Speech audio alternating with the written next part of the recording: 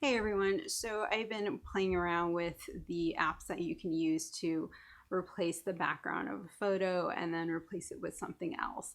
And a lot of makers, and maybe even you, have used this to get that white background that can be really hard to get when you're doing product photography.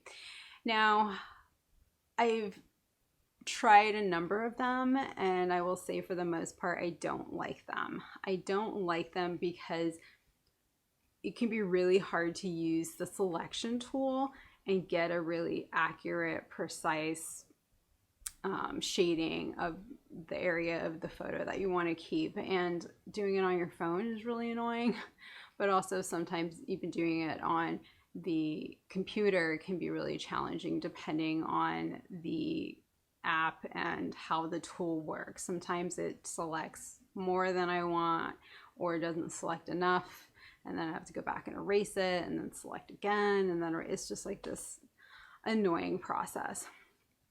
But I understand how helpful it can be for a number of people who really struggle with just photographing their products on a white background and getting a really great result.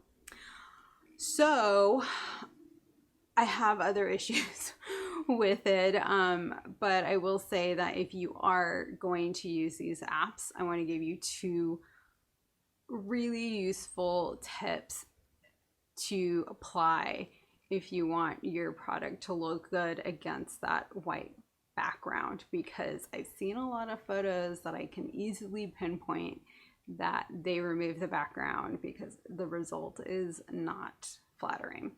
So first off, you need to get your lighting right. Your lighting is everything in product photography, and if you don't get your lighting right, especially if you're going to remove the background and put a white background, it's going to look bad. It's not going to look good on your product and it'll show. So really work on your lighting. I will leave a link on how to get a free PDF that I have on how to get perfectly lit product photos that can help deal with issues where you have like really challenging shadows and how to reflect light and all this stuff. So I will leave a link on how to get that.